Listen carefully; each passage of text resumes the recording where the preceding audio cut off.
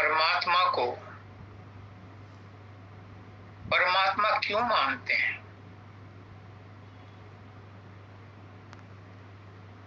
क्या मिलता है हमें गॉड को गॉड कहने से?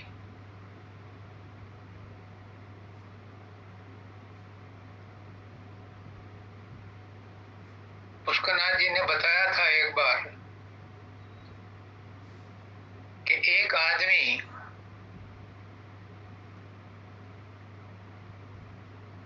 भगवान को नहीं मानता था। एक सेठ ने एक बार एक भंडारा किया और उसमें कहा जो भगवान को मानते हैं उनको भोजन कराया जाएगा। तो सेठ अपने आप भी गेट पर बैठ गया धर्मशाला के और सबसे पूछता था आने वालों से, भगवान को मानते हो? हाँ जी, जाओ अंदर खाना खाओ। अब शाम के टाइम वो आ गया जो नहीं भगवान को मानता था। जब वो अंदर जाने लगा तो सेठ ने पूछा भगवान को मानते हो? उसने कहा ऐसी तैसी है भगवान की, मैं तो नहीं मानता किसी भगवान को। उसने कहा जाओ तुम्हें खाना नहीं मिलता। चला गया, कई झगड़ा कुछ नहीं हुआ। रात को सेठ के स्वप्न में भगवान जी आए और कहा कि ओ सेठ, तू अपने आप को बड़ा धर्मात्मा मानता है, मेरा एक ही भक्त है जिसने आज तक मुझे कभी भगवान नहीं माना, गाली ही देता है, लेकिन वो मेरा सबसे प्रिय भक्त है और मैंने उसे कभी भूखा नहीं सोने दिया और तूने उसे एक दिन भी भोजन नहीं कराया। सेठ की आंखें खुल गई। कहने का भाव ये है, तुम भगवान को भगवान मानो या मत मानो, उसे फर्क नहीं पड़ता। और वही भगवान है जिसे किसी बात का किसी पर कोई फर्क नहीं पड़ता, चाहे उसे कोई गाली दे, चाहे कोई उसकी प्रशंसा करे, चाहे उसको भोग लगाए, चाहे उसे भूखा रखे, चाहे उसे नफा हो, चाहे उसे नुकसान हो, चाहे उसे कुछ भी हो जाए, उसे किन्हीं बात का कोई फर्क नहीं पड़ता। बस वही समता में रहता, वही भगवान है। तो भगवान की तुम पूजा करो, भगवान की प्रशंसा करो, वो तुम्हें ज्यादा नंबर नहीं देगा। भगवान को तुम गाली दो, वो तुम्हें नंबर कम नहीं करेगा। क्यों? क्योंकि हम उसके बच्चे हैं। माँ बाप के साथ हम कितने लड़ झगड़ लें, लेकिन माँ बाप कभी हमसे नाराज नहीं होते। हमारे गांव में कहावत है कि जब माँ बाप किसी को नाराज होते हैं, मारते हैं, पीटते हैं अपने बच्चे को, तो उसके ऊपर दया करते हैं, उसे छाया में रखते हैं। पुलिस वाले पीटते हैं तो जेल में बंद करके रखते हैं। माँ एक बच्चे को मार रही है, गुस्से में कोई बात हो गई उससे, लेकिन वो कौन से चपत मारती है? बड़े प्यार का चपत मारती है। और अगर कोई दूसरा आदमी आकर के कहे ला तू बहुत तेरे हाथ थक गया होगा, मैं तेरी मदद कर दूं, लड़के के उसको अगर कोई मार दे तो उसी समय खून खराबा करने को तैयार हो जाते। तूने क्यों मारा? मेरे बच्चे को तूने क्यों छेड़ा? मेरा कहने का भाव ये है कि हम परमात्मा को कैसे भी करें, चाहे याद करके प्यार से करें, चाहे गाली दे करके करें, उसे कुछ फर्क नहीं, उसे कुछ फर्क नहीं पड़ता। किसको फर्क पड़ता है? अगर हम भगवान की पूजा नहीं करते, भगवान को गाली देते हैं, भगवान को नहीं मानते, भगवान को फर्क नहीं पड़ता। किसको फर्क पड़ता है? पड़ता है फर्क। किसको? शैतान को। हमारे मन को फर्क पड़ता है। हमारा मन गंदा हो जाता है और गंदा मन फिर गंदे काम करता है और तब कर्मों का सिद्धांत लागू होता है। जिसने जैसे कर्म किए हैं उसको वैसा फल मिलेगा। भगवान इससे कोई संबंध नहीं रखता कर्मों के फल से। कर्मों का ठेकेदार काल है, शैतान है, वो दंड देता है। इसलिए गुरु कहता है कि भले बनो, उसके चक्कर चक्कर में मत आओ, वो तो कैसे भी काम कराएगा और तुम्हें संसार में फंसाएगा। भले काम करोगे तो तुम उसके चक्कर से बच जाओगे। इसलिए गुरु कहता है, इसलिए गुरु की जरूरत है। गुरु कहता है कि तुम अच्छे काम करोगे तो सोने की जंजीर में फंसोगे, बुरे काम करोगे तो लोहे की जंजीर में फंसोगे, रहोगे इस काल के चक्कर में। इससे बचने का उपाय बताता है गुरु। वो कहता है कि तुम अच्छे और बुरे दोनों कामों से बचो। कैसे समझाता है? वो कहता है कि मनुष्य के व्यक्तित्व के 3 रूप हैं।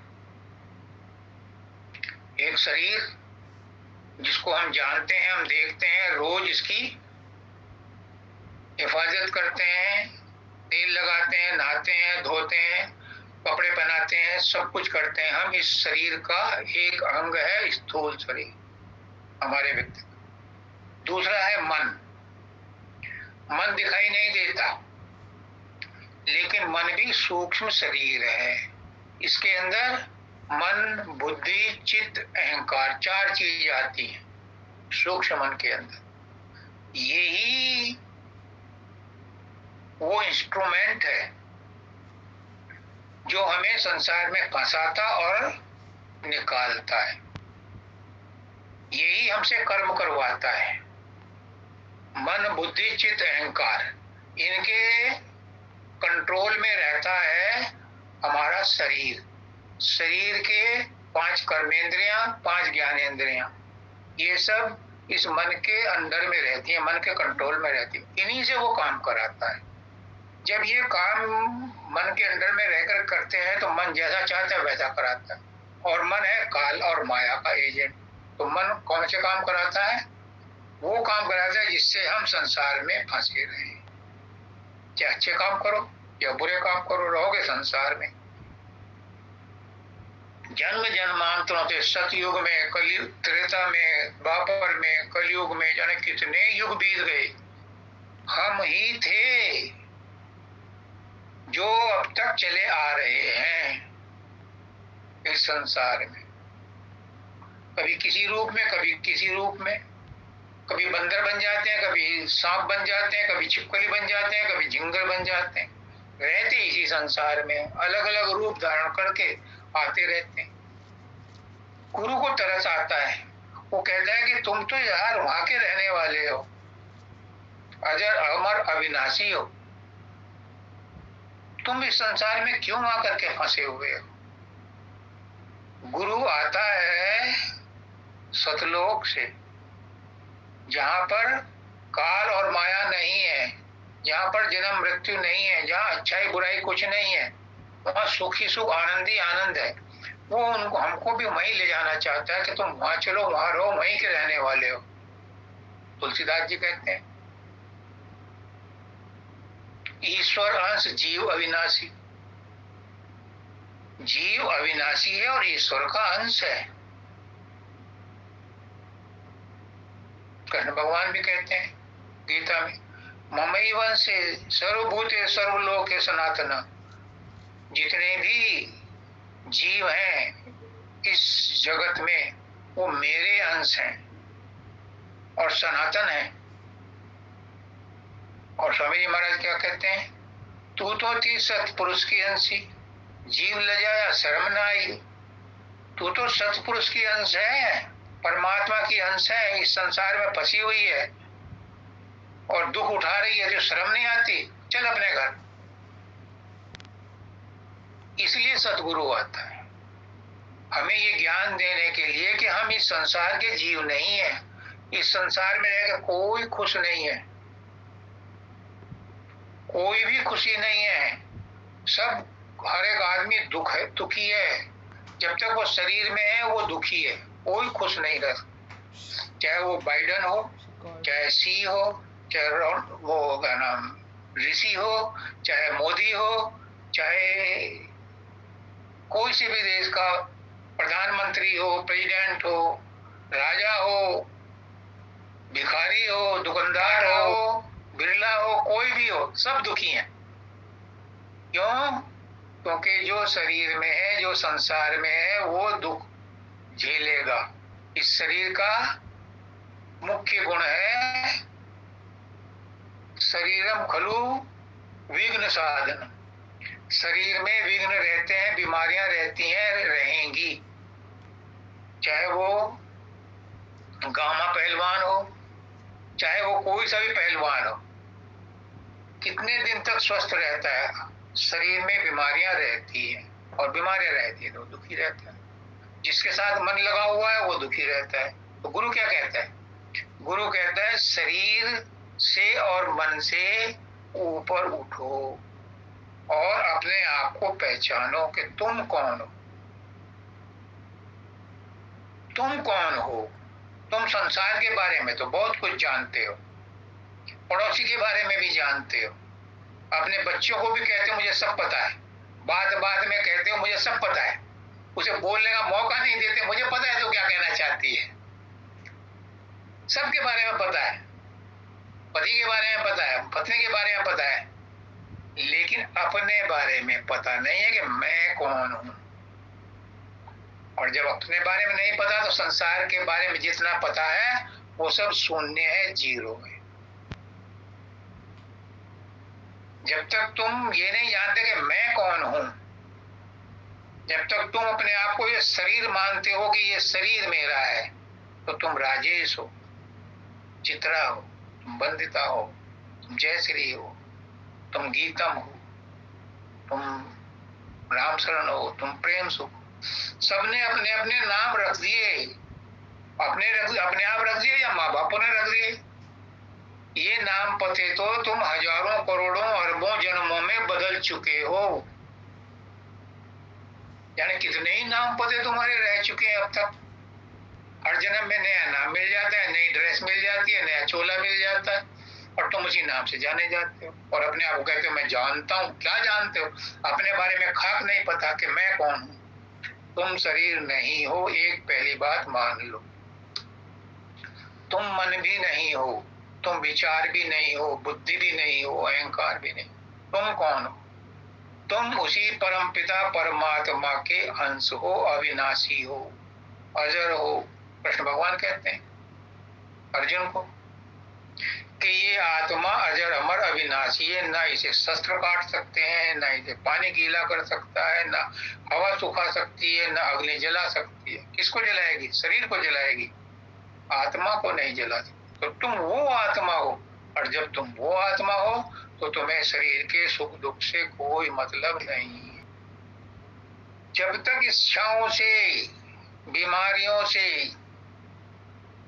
मुसीबतों से, कष्टों से तुम अपने आप का आइडेंटिफिकेशन करते रहोगे कि मुझे बीमारी हो रही है, मुझे इच्छा हो रही है, मुझे ये चाहिए, तब तक तुम इन झंझटों से नहीं छूट सकते। पूछो अपने आप से कि किसे चाहिए? बीमार कौन है?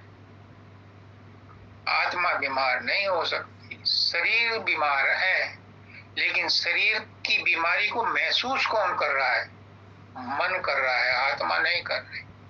आत्मा तो निर्लिप्त है, लेकिन आत्मा के ऊपर इतने खोल, इतने कवर, इतने कर्टन डाल दिए हैं कि आत्मा का पता ही नहीं चलता कि आत्मा भी कोई चीज है। किसी आदमी को आज तक नहीं पता चला कि आत्मा क्या है, सिवाय दो चार संत महात्माओं के जो ये जानते हैं शरीर में नहीं हूं, मन में नहीं हूं, मेरे अंदर ये जितने भी रंग रूप रेखा प्रकट हो रही है ये मैं नहीं हूं। बस वही आत्मा को जानता है कि मैं आत्मा हूं। और जब आत्मा को जान लेता तो फिर उसे संसार में कुछ भी बुरा नहीं लगता, फिर वो परमात्मा का ही रूप हो जाता है।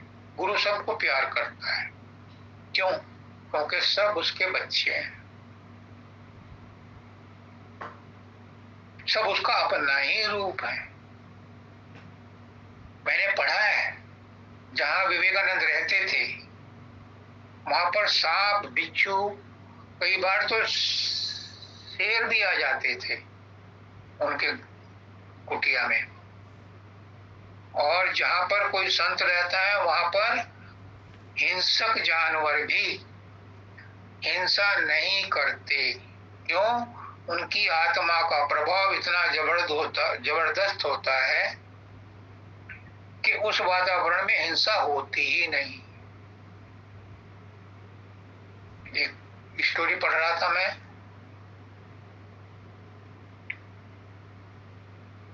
एक शेर पानी पी रहा है, एक बकरी आ गई तो बहुत डरी, फिर उन्हें हिम्मत करके बकरी खड़ी रही। शेर पानी पी करके बकरी की तरफ देखता है और वो भी खड़ा हो जाता है। बकरी कहती है मुझे खा ले, मैं तो तेरा भोजन हूं। उसने कहा, शेर कहता है कि मैं सोचता हूं तुझे खा जाऊं, पर पता नहीं क्यों मेरी इच्छा नहीं हो रही खाने की तुझे। तो उन्होंने कहा कोई तो बात है। तो सामने पेड़ पर एक बंदर बैठा था। उन्होंने बंदर से पूछा कि हम एक दूसरे के दुश्मन हैं, लेकिन मैं इसे खा नहीं रहा और ये मेरे से डर के भाग नहीं रही, क्या वजह है? उसने कहा यहाँ बराबर में एक मंदिर है, उसमें एक संत रहते हैं, ये उसका प्रभाव है। तो ये प्रभाव होता है उस आदमी का, उस आत्मा का जिसने अपने आप को पहचान लिया। ये सब तुम्हारे अंदर ताकत है, तुम भी ऐसा बन सकते हो और गुरु यही बताने के लिए आता है। अब द्विवेदी जी ने जो शब्द पढ़ा, मैं तुम्हें ढूंढने जाऊं कहां, पुष्करनाथ जी कह रहे थे कि तुम सब कहते हो परमात्मा को प्रेम करो, परमात्मा को प्रेम करो। अब तुम कहने लगो लो जी परमात्मा को हमारे सामने, हम परमात्मा से प्रेम करेंगे। तो मैं कहां से परमात्मा लाऊंगा? और जिसको लाऊंगा उसे तुम मान लोगे परमात्मा, ये भी जरूरी नहीं है। उससे कहोगे अपना आधार कार्ड दिखाओ, परमात्मा कहां से आधार कार्ड लाएगा? कहां से पैन कार्ड ला करके तुम्हें देगा कि मैं परमात्मा हूं? आज कृष्ण भगवान होते, हालांकि उस द्वापर युग में भी दुर्योधन ने उन्हें भगवान नहीं माना और उल्टा कह दिया पकड़ लो इस ग्वाले को। तो जब भी परमात्मा मनुष्य रूप में आता है उसे कोई नहीं पहचानता।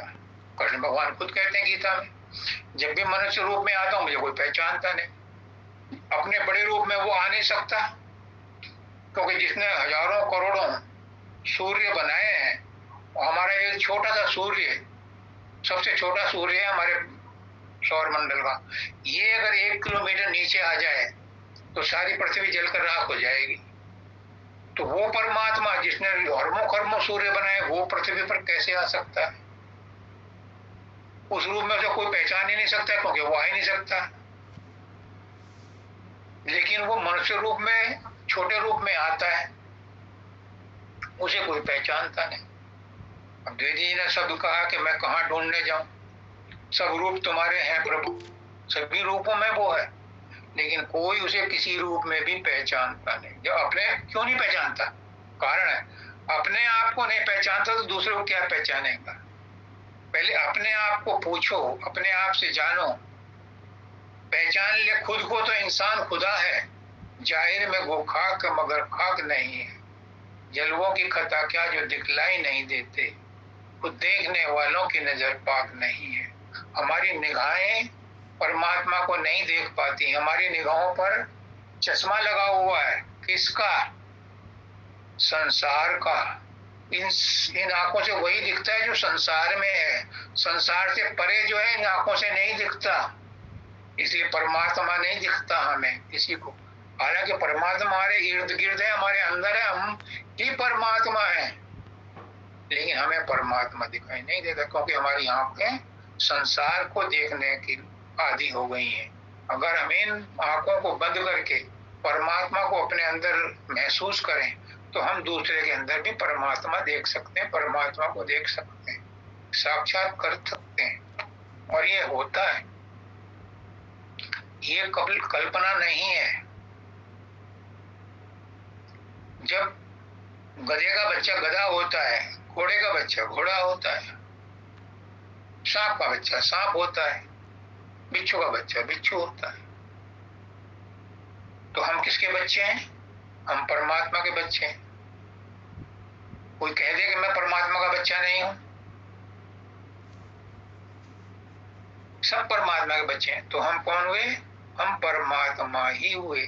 लेकिन हम अपने आप को परमात्मा नहीं मानते, परमात्मा को भी परमात्मा नहीं मानते। क्यों? क्योंकि हम अपने आप को ही नहीं जानते। जब अपने आप को जान जाएंगे तभी परमात्मा को जान पाएंगे।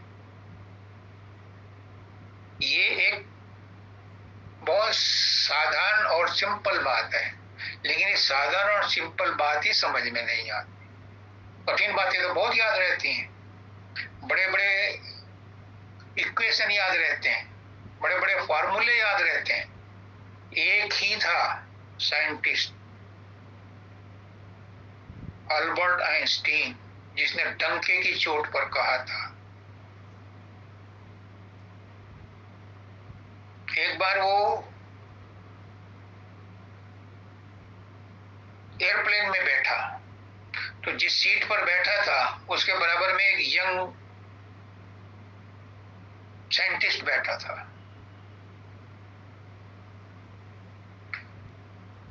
तो अल्बर्ट आइंस्टीन ने उस समय एक माला लेकर के उसको उनके मनकों को घुमाना शुरू किया। तो उस यंग साइंटिस्ट ने कहा, व्हाट नॉनसेंस, आजकल जमाना इतनी तरक्की कर गया और तुम ये दकियानूसी वर्शिप करते हो। उस यंग मैन ने आइंस्टीन को अपना कार्ड दिया, विजिटिंग कार्ड, कि कभी फुर्सत मिले तो मेरे ऑफिस में आना, मैं तुम्हें बताऊंगा कि साइंस ने कितनी तरक्की की है। जब आइंस्टीन ने उसे अपना कार्ड दिया तो उसके होश उड़ गए, उसके चरणों में पड़ गया। ऐसे ही जो भारतवर्ष में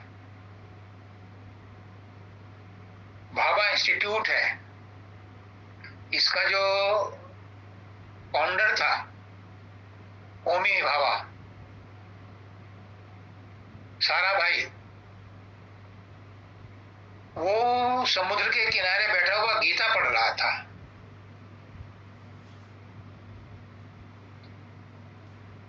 तो एक यंग साइंटिस्ट उसके पास पहुंचा, कहने लगा कि व्हाट नॉनसेंस, तुम इतने बुजुर्ग आदमी होकर के और आज के जमाने में भी गीता पढ़ते हो। आज का जमाना बहुत बदल गया है और मैं तो भाभा इंस्टीट्यूट में साइंटिस्ट हूं। थोड़ी देर वो कुछ नहीं बोला, वो अपना गीता पढ़ते रहे। थोड़ी देर में एक बहुत बड़ी गाड़ी आई और उसमें से कमांडो निकले और उन्होंने दरवाजा खोला और उसको बैठाया, साराभाई को। अभी साइंटिस्ट को बड़ा ताज्जुब हुआ कि कौन है ये। उन्हें भाग करके कमांडो से पूछा, ये कौन है? ये साराभाई है।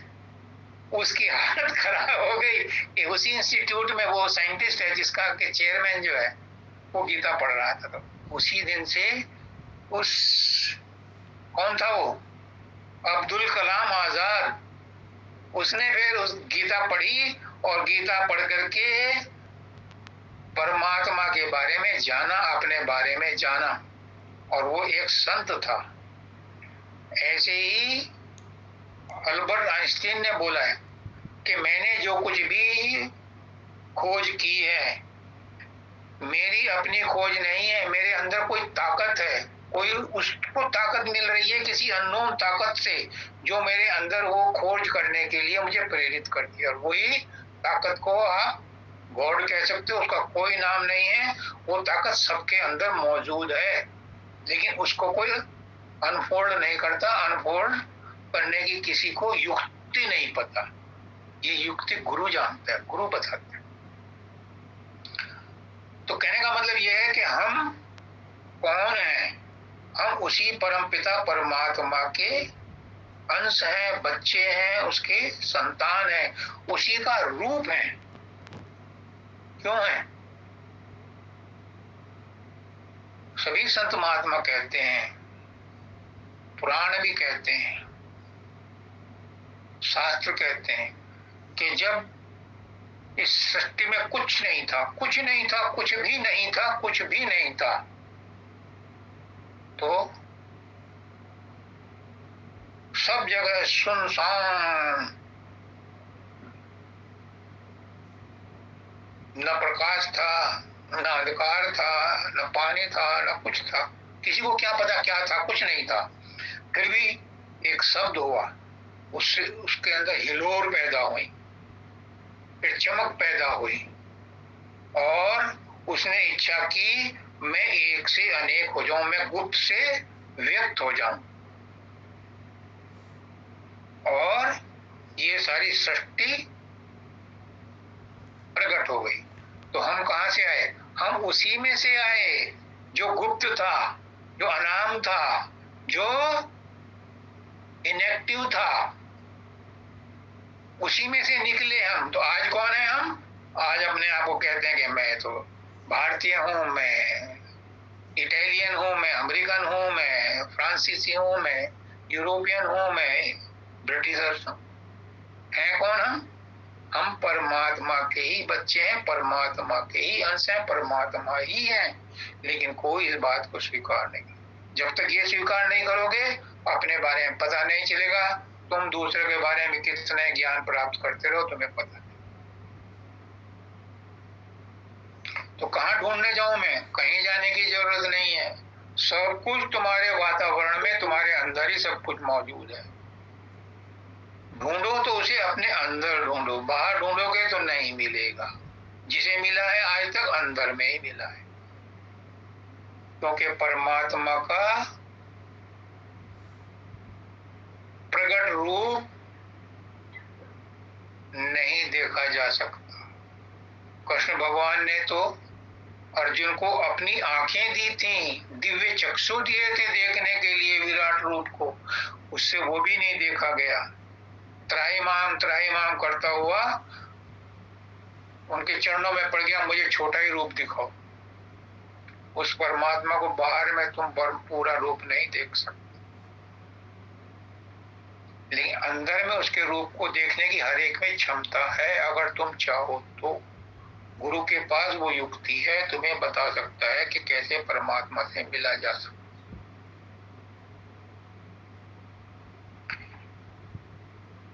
परमात्मा को मिलना मुश्किल नहीं है, बहुत आसान है।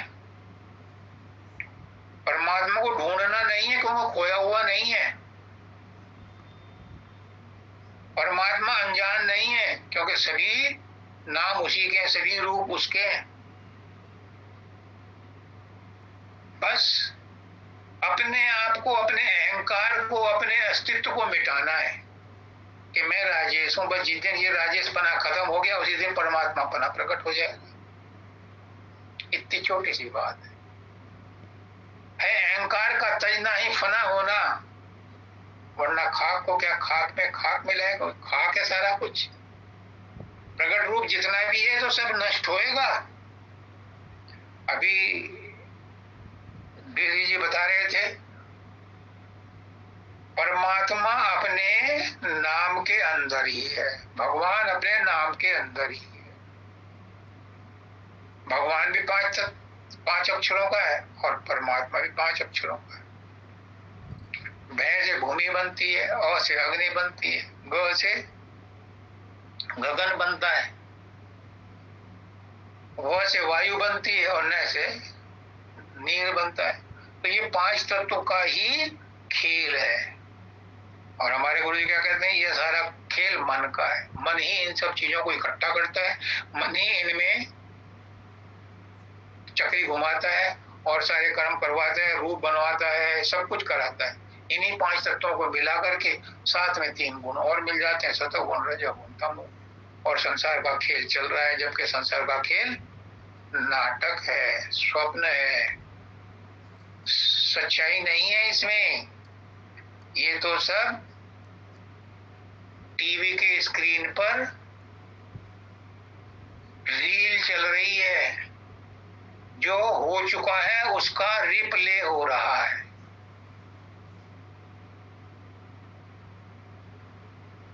सिनेमा में, सिनेमा के पर्दे पर लड़ाई झगड़े भी होते हैं, बारिश भी आती है, आग भी लगती है, गोलियां भी चलती हैं, लेकिन पर्दे पर कोई असर नहीं होता, टीवी के स्क्रीन पर भी कोई असर नहीं होता। सब कुछ होता है।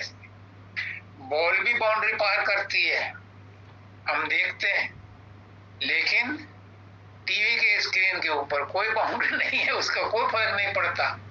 क्यों? DISEAS, ये सब नाटक है, असली में नहीं है। जीव कितने स्वादिष्ट व्यंजन खाते हैं।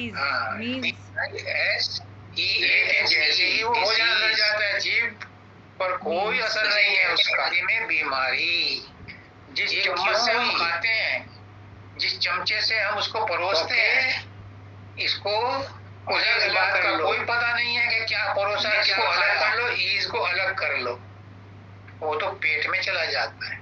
हम आराम से, वो पता नहीं है कि पेट में गया हुआ भोजन क्या कर रहा है। आराम दिन भंग हो गया। क्यों? तो हम ये भोजन करना भी नाटक है। हम निर्मल भोजन क्या बन रहा है हमारा, ये कौन जानता है? खत्म हो गया।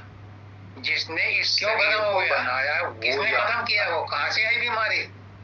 और हम कहते हैं हमें बहुत कुछ पता है कि बीमारी भी, हम कहते हैं हम बीमार, जैसे आई है वैसे ही चली जाएगी। बीमार है, हाँ। जो डॉक्टरों का और केमिस्ट का पुराना कर्जा है, उसे उसे भी ले लेता हूँ। दवाई भी खाओ, लेकिन ये सोच करके कि आराम होगा परमात्मा की दया से। डॉक्टर भी कहता है जब ऑपरेशन करवाता है, जब दवा देता है, मैं तो तुम्हें दवा दे रहा हूं, मैं ऑपरेशन कर रहा हूं, अच्छा होना ना होना उस परमात्मा की मौज पर निर्भर है। तो दादा दयाल क्या कहते हैं कि हमारे शरीर के अंदर इतनी इम्यूनिटी है कि छोटी मोटी बीमारियों को अपने आप ही हमारे ब्लड सेल जो हैं वो उसको, विरोधी तत्वों को हरा करके हमें ठीक कर देते हैं। जब बुखार होता है, वायरल होता है, 3 दिन क्यों आइसोलेशन में रहते हैं? ताकि हमारे अंदर की इम्यूनिटी, हमारे जो ब्लड सेल हैं उनकी ताकत विरोधी तत्वों को हरा करके अपने नॉर्मल उसमें आ जाए। लेकिन कई बार नहीं हो पाता। उसके लिए दादा दयाल कहते हैं कि डॉक्टरों का कर्जा और केमिस्ट का कर्जा, इनका भी उतारना है, दवाई भी लेनी है, ऑपरेशन भी करवाना है अगर जरूरी है तो। लेकिन आराम कब होगा? आराम जब होगा जब उस बीमारी की म्याद खत्म हो जाएगी, तब आराम आना। दूसरा,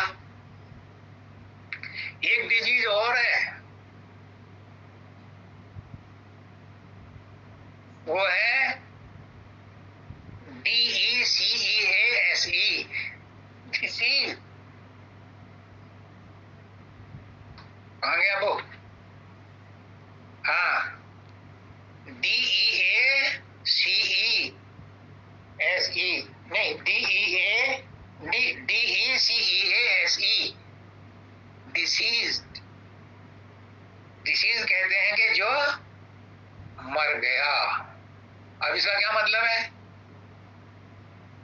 इनको भी 2 भागों में बांट दो, डी अलग कर दो और सी अलग कर दो, सीज अलग कर दो। तो सीज का मतलब है जो रह गया, और डी का मतलब है जो नहीं रहा, यानी वो मर गया। ये कैसे होता है? जो रह गया वो क्या है? वही आत्मा है जो रह गया। सीज कहते हैं रह गया, तो सीज कौन सा है? वही आत्मा है, लेकिन उसके साथ में डी लगा दिया, यानी संसार लगा दिया, शरीर लगा दिया, तो वो क्या हो गया? मर गया। क्या मर गया? सिर्फ वो डी मरा है, यानी वो संसार मरा है, वो 5 तत्व मरे हैं। बाकी जो सीज वाला है वो इटर्नल है, वो हमेशा रहता है, वो हमेशा रहेगा। आई बात समझ में? जी गुरुदेव। जो अजर अमर अविनाशी आत्मा है, वही है हम, वही है हमारी पहचान। लेकिन हमने अज्ञान के कारण अपने आप को संसार मान लिया है, शरीर मान लिया है। और बात तो दूर, पुष्करनाथ जी कहते हैं कि विवेक विचार जो है सिर्फ इंसान को मिला है, बाकी तो सारे जितना भी गैमट ऑफ क्रिएशन है, जितनी भी रचना हुई है, सबके अंदर कण कण में परमात्मा है। अभी द्विवेदी जी ने भी बताया, तो शब्द में भी बताया। शब्द की व्याख्या तो उन्होंने कर दिया, मैं आगे उसको नहीं करता, उसमें ज्यादा समय भी नहीं है और सब इसको जानते हैं। मैं आपको नुक्ता बताता हूं। सबके अंदर परमात्मा है, लेकिन मनुष्य के रूप में विशेष रूप से परमात्मा का निवास है, क्योंकि परमात्मा ने मनुष्य को अपने ही रूप में बनाया है, अपने रहने के लिए बनाया है। और जो अपने रहने के लिए बनाता है मकान, अपने रहने के लिए बेडरूम बनाता है, उसमें विशेष सुविधाएं देता है। नौकरों के लिए जो कमरे बनाते हैं, उनको उनमें वो सुविधाएं नहीं होती जो अपने बेडरूम में हम बनाते हैं। अपने जो गेस्ट रूम में बनाते हैं उसमें भी इतनी सुविधाएं नहीं होती जितने पर्सनल बेडरूम में होती हैं, क्योंकि उसमें हमें खुद रहना है। इसको आगे बढ़ाने से पहले एक छोटी सी बात और बता दूं।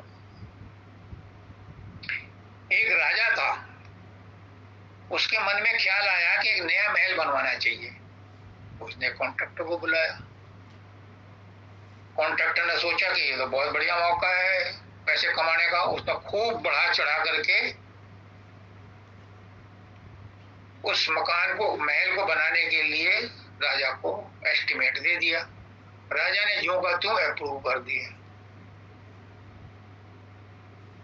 अब उसने देखा कि इसमें एक ही पैसा नहीं काटा, इन्होंने कोई क्वेश्चन भी नहीं किया, तो राजा तो बेवकूफ से और बेवकूफ बनाओ। उसमें जो माल लगाया उसने, वो बिल्कुल रेत मिला हुआ था, मतलब उसमें सीमेंट की जगह कुछ भी नहीं था। एक तरह से ये समझ लो कि पीओपी से ही बना दिया हमने महल, बड़ा सुंदर बना दिया। और जितने समय उन्होंने मांगा था 2 साल में, उन्होंने 1.5 साल में तैयार कर दिया, क्योंकि सामान तो कुछ लगाना नहीं था।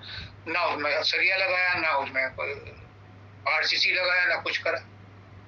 राजा को दिखाया, राजा को बड़ा पसंद आया। राजा ने कहा कि तुम्हें मुझे इतना पैसे देना है। हाँ जी दे दो। अब मैं इस पैसे के बदले तो ये महल ही दे रहा हूं। अब उसकी हालत बड़ी खराब। उसने कहा कि अगर मुझे, सोचा अपने मन में, अगर मुझे ये पता होता मुझे ही रहने के लिए मिलेगा तो मैं तो बढ़िया ढंग से बनाता, इसमें कै दिन रहूंगा, 2-4 दिन भी नहीं रह सकता। तो अपने लिए जो मकान बनता है वो बढ़िया ढंग से बनता है। तो परमात्मा ने जो मनुष्य बनाया, मनुष्य का शरीर बनाया, बढ़िया ढंग से बनाया, इसमें सब चीज सही जगह फिट करके बनाई। हमारे दिमाग में, मैंने इससे कल संख्या पूछी थी, 10 करोड़ से ज्यादा नस नाड़ियों का वो है ये कंप्यूटर, इसमें लगा हुआ है। कितने ढंग से बनाया होगा, कितना सोच समझ के। 10,000 नाड़ियों का संगम है इसमें, और इसके 2 हिस्से हैं, एक लेफ्ट एक राइट। लेफ्ट का हिस्सा भूरे रंग का है, ब्राउन कलर का है। राइट का हिस्सा व्हाइट कलर का है। जो लेफ्ट का है उससे हम रिसर्च करते हैं, संसार का गेम खेलते हैं, संसार के काम करते हैं, संसार के योग्यता प्राप्त करते हैं, पढ़ते हैं, लिखते हैं, बच्चे बनाते हैं, सब कुछ लेफ्ट वाले पोर्शन से करते हैं।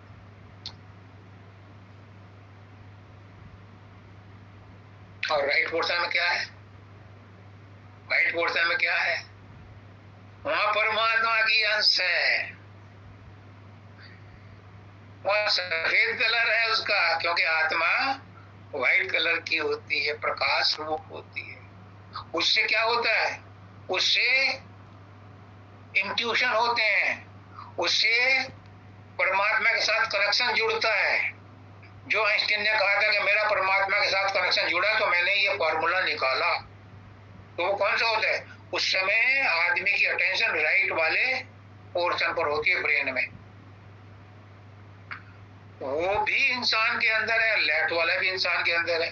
आजकल हम लेफ्ट वाले को ही डेवलप करते हैं, सभी आदमी लेफ्ट वाले को डेवलप करते हैं, राइट वाले को कहते हैं।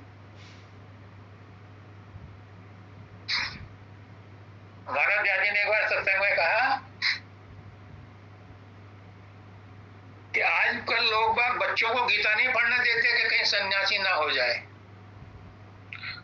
घर बिगड़ जाएगा, संसार बिगड़ जाएगा। तो महाराज जी ने कहा जो गीता पढ़ते हैं, जो भगवान को बचपन से याद करते हैं, उनको भगवान की पूजा करते हैं, घर नहीं बिगड़ता, उनका घर और अच्छा चलता है, क्योंकि परमात्मा उनके साथ सहयोगी बन जाता है, पार्टनर बन जाता है। तो गीता जो पढ़ते हैं, गीता उन्होंने यही कहा कि अर्जुन तो युद्ध छोड़ करके जा रहा था सन्यासी बनने के लिए, गीता ने उसे रोका, कृष्ण ने उसे रोका कि कहाँ जाता है, जहां जाता है वहां के संसार नहीं मिलेगा, वहां बैठा हुआ भी तू लड़ाई के बारे में सोचेगा, इसलिए तू पहले अपना युद्ध कर, जो तेरा काम है वो पूरा कर। तो जो राइट वाले पोर्शन को अप्रोच कर लेता है, उसका संसार भी बनता है और परमार्थ भी बनता है। तो मैं क्या कहने जा रहा था पहले, जिसके बारे में मैंने कहानी शुरू करी थी, वो क्या था, याद है कुछ? ब्रेन के बारे में ही बता रहे थे गुरुदेव आप। अच्छा, ब्रेन तो मैंने बताया कि दो होते हैं। कहने का मतलब ये है कि हमारे अंदर जो परमात्मा की शक्ति है वो छुपी हुई है पर छिपी हुई है हमारी इच्छाओं, आशाओं, वासनाओं, तृष्णाओं, मन के कितने विकार हैं उन सब के अंदर। पहले अन्नमय कोश, फिर प्राणमय कोश, फिर मनोमय कोश, फिर विज्ञानमय कोश, फिर आनंदमय कोश, इन सब के गिलाफों के अंदर वो दबी पड़ी है, उसका किसी को पता नहीं। हम शरीर को स्वस्थ रखने के लिए बहुत अच्छे अच्छे भोजन करते हैं, रेस्टोरेंट में जाते हैं, मॉर्निंग में कहीं और जाते हैं, लंच के लिए कहीं और जाते हैं, डिनर के लिए कहीं और जाते हैं, सुपर के लिए कहीं और जाते हैं। शरीर को स्वस्थ रखने के लिए बहुत कुछ खाते पीते हैं, तेल मालिश करते हैं, दवाइयां लेते हैं। मन को खुश रखने के लिए कभी पिक्चर देखते हैं, कभी गाने सुनते हैं, कभी सब कुछ करते हैं, बहुत कुछ करते हैं मन को स्वस्थ रखने के लिए। लेकिन जो इनके पीछे शक्ति है, सोर्स है, जो आत्मा है, उसके बारे में भूल जाते हैं कि वो भी कोई है। उसके बारे में कोई नहीं पता करता कि क्या है। तो मानव दयाल जी कहते हैं कि वो भूखी रह जाती है, और भूखी रह जाती है तो क्या होता है, शरीर और मन को बार बार करने के लिए आना पड़ता है, यानी शरीर बार बार धारण करने पड़ते हैं। अगर मनुष्य योनि में उस आत्मा को भोजन दिया जाए, उसका पता मालूम किया जाए, तो हमें जन्म लेने की जरूरत ही नहीं पड़ेगी। क्यों? दूल्हा दुल्हन मिल गए फिर फीकी पड़ी बला। जब जयमाला हो जाती है, फेरे हो जाते हैं, तो बारात की कोई नहीं परवाह करता, फिर संसार की परवाह नहीं होती जब आत्मा परमात्मा से मिल जाती है। आत्मा से परमात्मा मिलाने का काम कौन करता है? दूल्हा दुल्हन को मिलाने के लिए तो पहले तो पंडित होते थे, अब डायरेक्ट 1 to 1 बात कर लेते हैं। बहुत से बहुत पंडित को बीच में इन्वॉल्व कर लेते हैं, वो मंत्र पढ़ करके या कोर्ट में जाकर के रजिस्ट्रार को वो बना लेते हैं अपना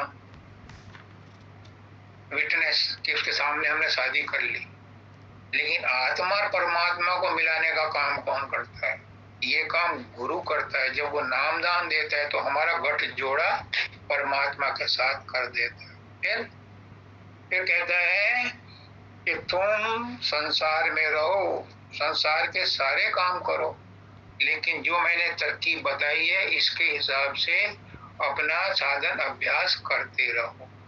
जब साधन अभ्यास करते रहोगे तो एक दिन तुम उसको पहचान जाओगे, अपने अंदर में ही तुम्हें सेंसेशन होगा, अपने अंदर में ही तुम्हें वाइब्रेशन होगा, अपने अंदर में ही तुम्हें प्रकाश नजर आएगा, अपने अंदर में तुम्हारा मन स्थिर होगा तो उसकी विल पावर बढ़ जाएगी, विल पावर बढ़ जाएगी तो उसमें प्रकाश पैदा होगा और शब्द पैदा होगा, वो तुम्हें तुम्हारी मंजिल तक ले जाएगा।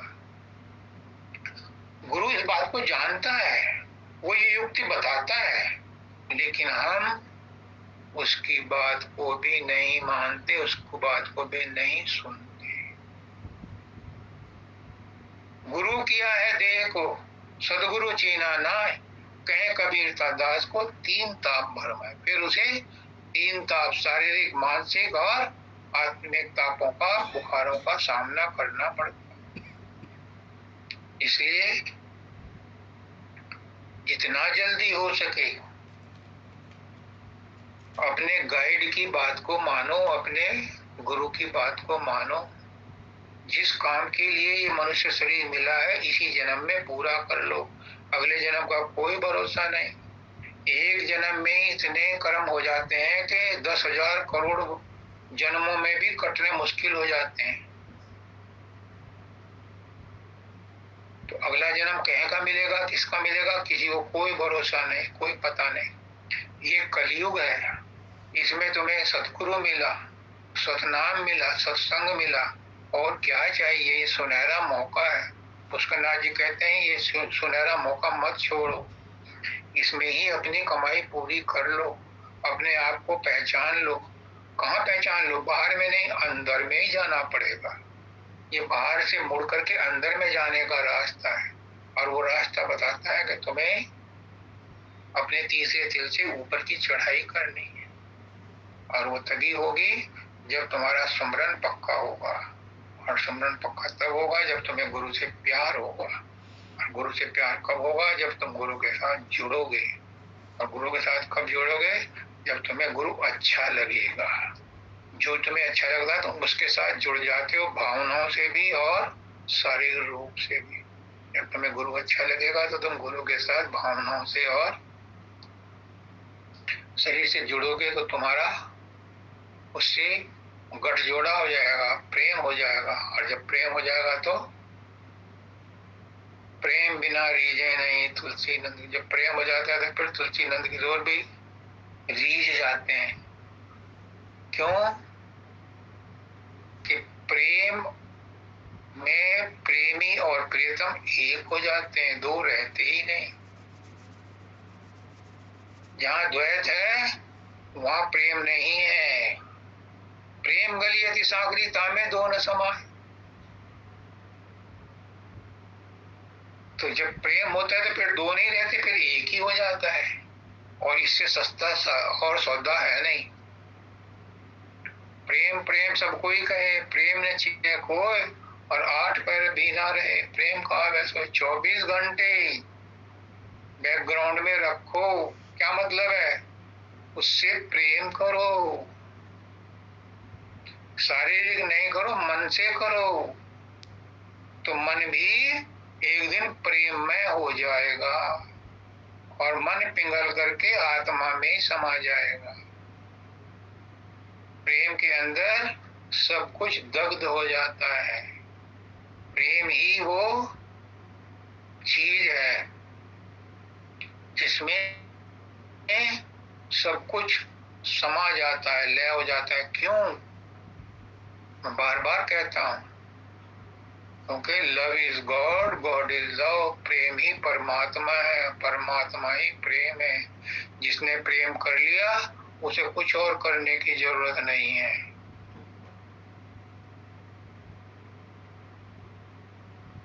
क्योंकि वो परमात्मा का रूप हो गया। लेकिन समझदारी से काम लेना, जो प्रेम संसार में करते हो ये प्रेम नहीं है, ये मोह कहलाता है। क्योंकि इसमें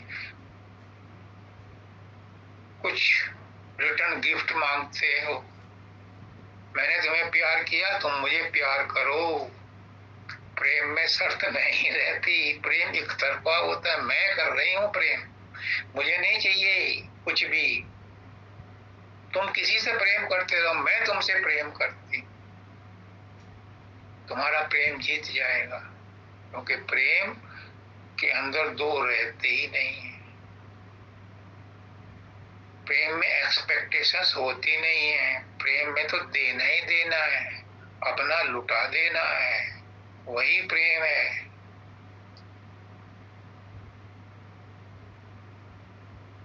कहते हैं कबीरदास जी कि पोथी पढ़ पढ़ जगमुआ, पंडित बया न कोय, और 2.5 अक्षर जो प्रेम का पढ़े तो पंडित हो। किताबों में पढ़ने से प्रेम नहीं आता, किसी पाठशाला में भी प्रेम नहीं पढ़ाया जाता, कहीं बाजार में भी प्रेम नहीं मिलता। प्रेम तो एक मन की भावना है, जब होता है तो फूट पड़ता है, फव्वारा फूट पड़ता है, और नहीं होता तो लाख कोशिश करो नहीं होगा। ये परमात्मा की देन है, परमात्मा की दात है। प्रेम कब मिलती है? जब तुम परमात्मा से प्रेम मांगो, कुछ मत मांगो। परमात्मा प्रेम का अवतार है, परमात्मा प्रेम है, तो उससे प्रेम ही मांग लो। और गुरु क्या करता है? देखो, वो परमात्मा तो पता नहीं है कि नहीं, कहाँ है, और किसी को नहीं पता, लेकिन गुरु तो सामने है। गुरु क्या करता है? गुरु सबको प्रेम करता है, अपना प्रेम देता है। और जब हमारा अपना प्रेम देता है तो उसके प्रेम में हम बंध जाते हैं, और वो हमारे प्रेम में बंध जाता है। जब दोनों प्रेम में बंध जाते हैं तो गुरु अपने प्रेम की ताकत से हमें खींच ले जाता है। और वही माता जी ने कहा कि हमें पार कर दो, तो वो पार कर देता है। वो प्रेम की डोर जो है वही शब्द की डोर है, वही प्रकाश की डोर है, वही आत्मा की डोर है, वही परमात्मा की डोर है, वही